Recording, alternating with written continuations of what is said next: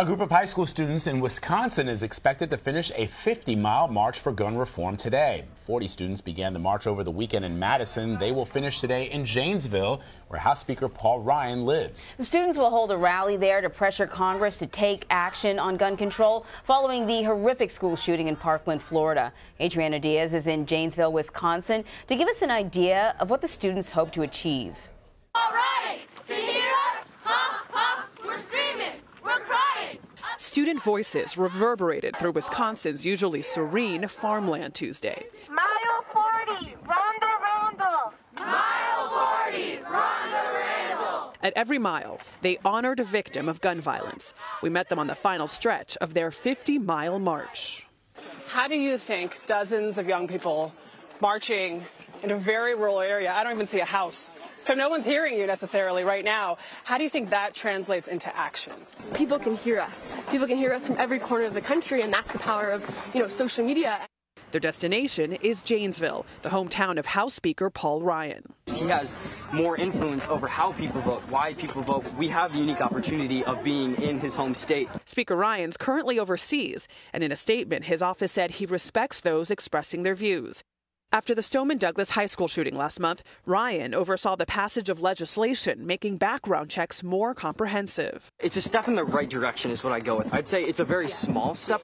The students want a ban on civilian-owned military-style weapons and bump stocks, a 4-day waiting period and background checks for all gun purchases, and to raise the buying age to 21.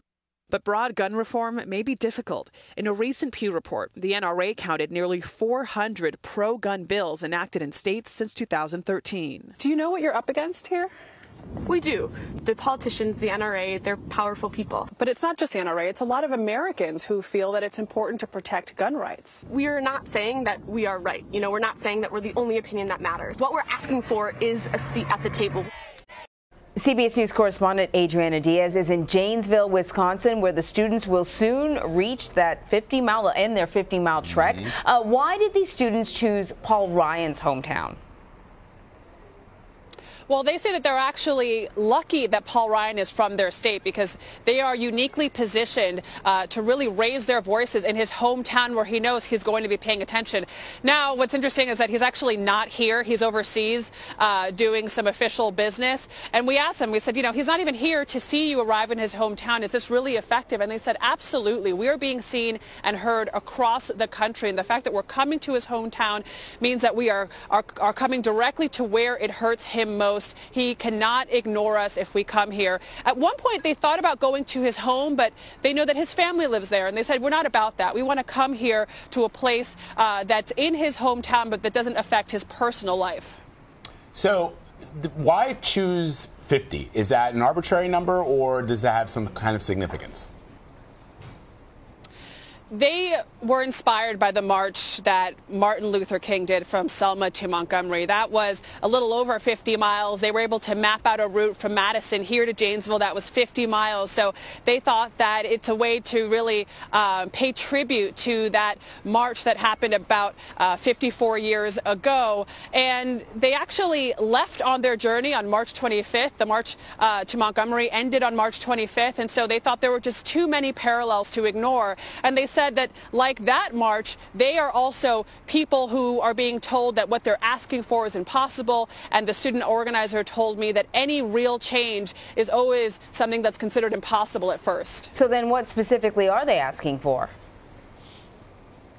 They have a list of demands. They're very organized. On their website, you can see that they want 4 things. They want a ban on civilian-owned military-style weapons and bump stocks. They want all gun sales to only be allowed if there is a 4-day waiting period and background checks for all guns. They also want the age limit to buy any guns to be raised to 21. Now, we told them these are tough asks, especially in this environment. There have been attempts to bring about similar legislation that hasn't gone through, and they said that doesn't deter them at all. They are completely determined, and they have to keep the momentum going, which is why they are holding this march.